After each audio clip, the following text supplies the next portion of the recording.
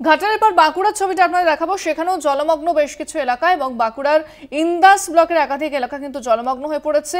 ভেঙে পড়েছে একাধিক কাঁচা বাড়ি, জল জমায় সমস্যায় স্থানীয়রা। ফোনে রয়েছেন প্রতিনিধি সৈয়দ মফিজুল হুদা। সৈয়দ, প্রশাসন কি ব্যবস্থা করছে যাদের বাড়ি ভেঙে গিয়েছে, এবং এছাড়া যে একেবারে জলমগ্ন হয়ে পড়েছে এলাকা, স্থানীয় বাসিন্দারা কি বলছেন?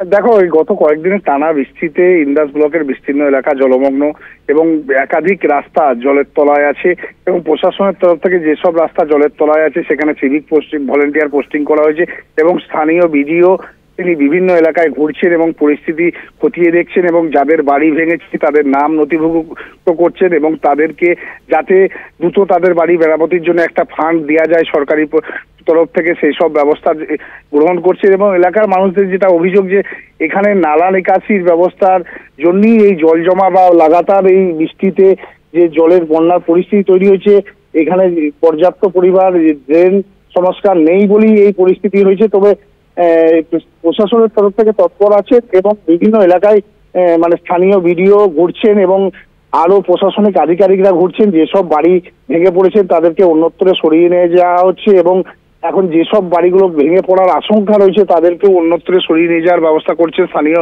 ব্লক প্রশাসনের তরফ থেকে, এমনটাই খবর পাওয়া যাচ্ছে। ধন্যবাদ সৈয়দ।